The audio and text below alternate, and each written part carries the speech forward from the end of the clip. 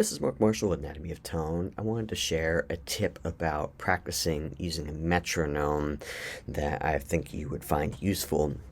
One of the issues when people are practicing their instruments is they tend to be all over the place with tempos.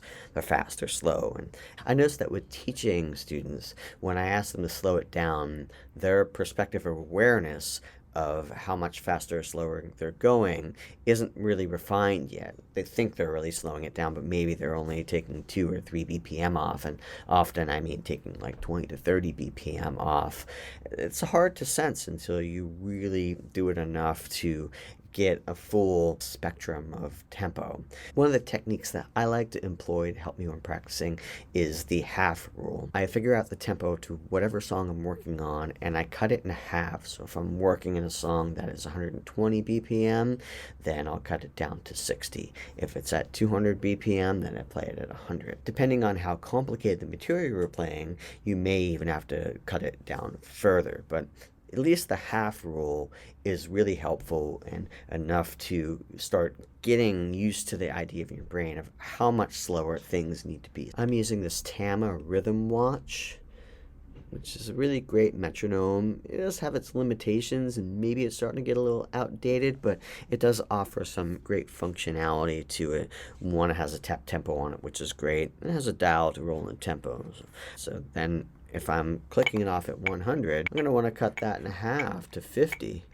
Let's see how much slower that is. 1 and 2 and 3 and 4 and...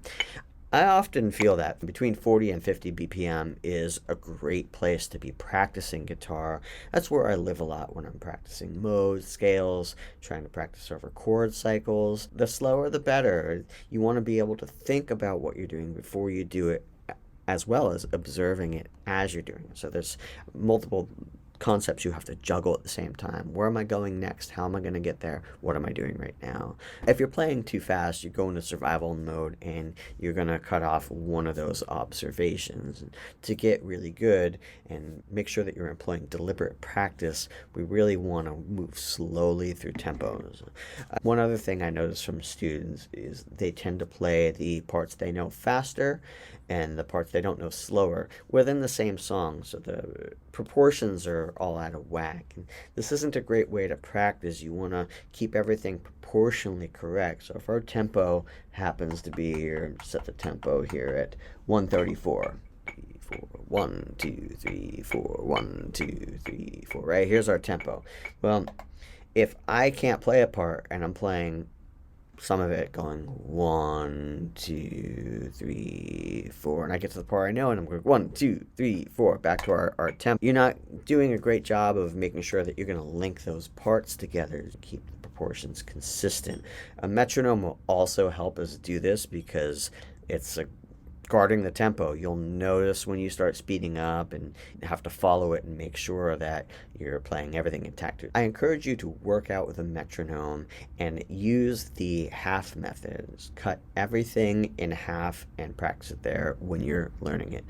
Over time, you'll be able to start speeding the tempo up in increments, small increments like 2 BPM.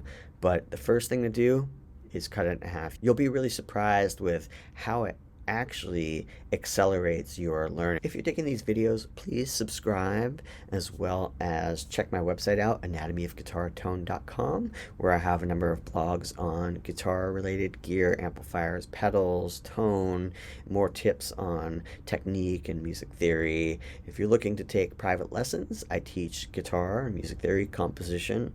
Reach out to me on my website. See you next time.